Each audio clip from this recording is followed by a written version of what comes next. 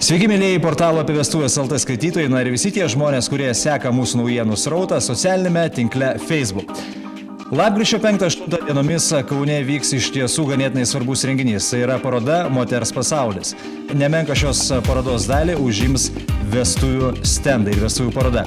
Na ir dabar mes norėtume pakalbinti tą žmogų, kuris yra atsakingas, kurio pečių griūna organizaciniai rūpesčiai, tai yra žmogų, kuris tiesiogiai koordinuoja visą vestuvių parodos procesą. Tai yra Nadia. Labą dieną. Nadia iš tikrųjų ganėtinai dažnai bendrauja su tais žmonėmis, kurie dirba ar ne vestuvių industrijoje, nes organizuoti tokią parodą turbūt reikia daug apvažiuoti, daug žmonių apvažiuoti. Ir kokias tendencijas pastebėjai? Kas keičiasi vestuvių rinkoje, na tarkim, lyginant su to, kas buvo prieš 2 metus, kas yra dabar? Aš sakyčiau, kad dauguma žmonių, kurie jau dirba šioje srityje labai ilgai, jie pradėjo dirbti dar labiau mūsų būsimų jaunuolių labui.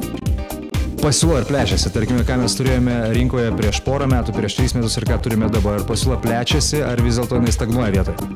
Labai plečiasi ir raida yra labai pastebima iš tikrųjų, kadangi tai jeigu mes netgi imsim vien tik fotografus, matosi, kokia yra stilistika ir kad nuolat atsiranda kažkokių naujų stilių ir naujų pasiūlymų, vien tik fotografijos srityje. Jeigu mes kalbėsime apie vestuvinės suknelės, lygiai taip pat atsiranda naujų dizainerių Lietuvoje, atsiranda naujų firmų, prekės ženklų ir nuolat tai yra plečiama.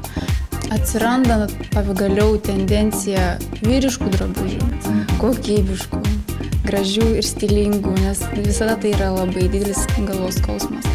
Ir tai taip pat bus pristatyta ekspozicijoje. Jeigu mes kalbam netgi apie konditeriją, apie tokį subtilų dalyką, mes tikimės, kad dalyvaus viena įmonė, kuri kuria konditerijos statulėlės. Tai yra visiška naujovė Lietuvoje ir mes labai džiaugiamės, kad jie susidomėjo šią galimybę ir mes tikimės, kad jie tikrai pasiūlys kažką ypatingo. Kas vyksta Lietuvos rinkoje su suknelių pasiūloje? Nes, tarkime, man kaip vyrui atrodo, kad bet kurį saloną eisi, surasi tas pačias sukneles, tos pačius modelius ir niekas nesikeičia jau 3 metai. No, taip negalima sakyti.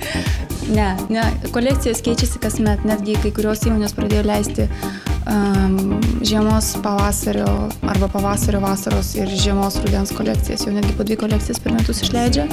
Taip, ir kiekviena firma turi savo kažkokį stilį, savo kirpimą, audinius.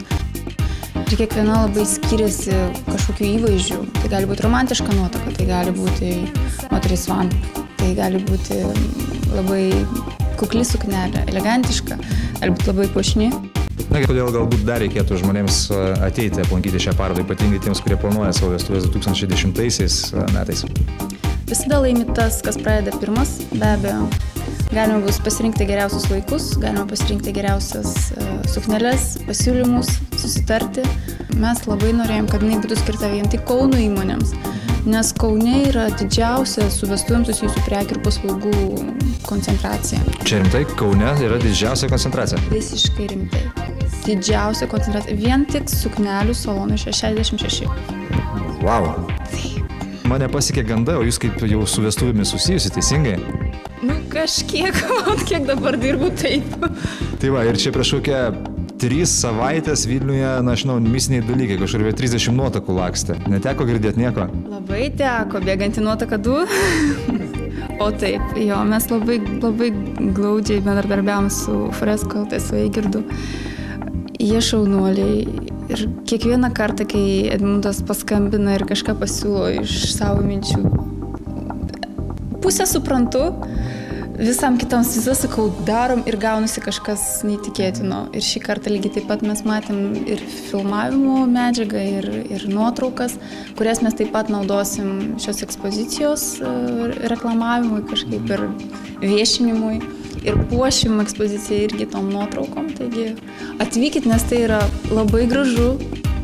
Ko dar nepaklausiu, ko galbūt dar nepaklausiu apie šitas parodas, ką norėtųsi pasakyti tie žmonės, kurie žiūri mus dabar? Man atrodo, kad tu viską paklausai. Jeigu dar bus klausimų iš mūsų gerbiamų žiūrovų ir lankytojų, kreipkitės į Mindaugą. Jūs rašykite.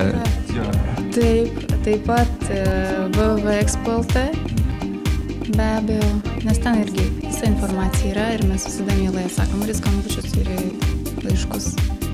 Gerai, tai jeigu bus kažkokie klausimai, gal padarome Nadia taip. Žmonės, jeigu rašo komentarus rytise, o paskui mes tavim susisieksim arba pati galės atsakyti tiesiogiai. Mielai. Gerai, tai ką, ačiū tau ir susimatysime lapkričio 5 ir 8 dienomis. 5, 6, 7 ir 8 dienomis.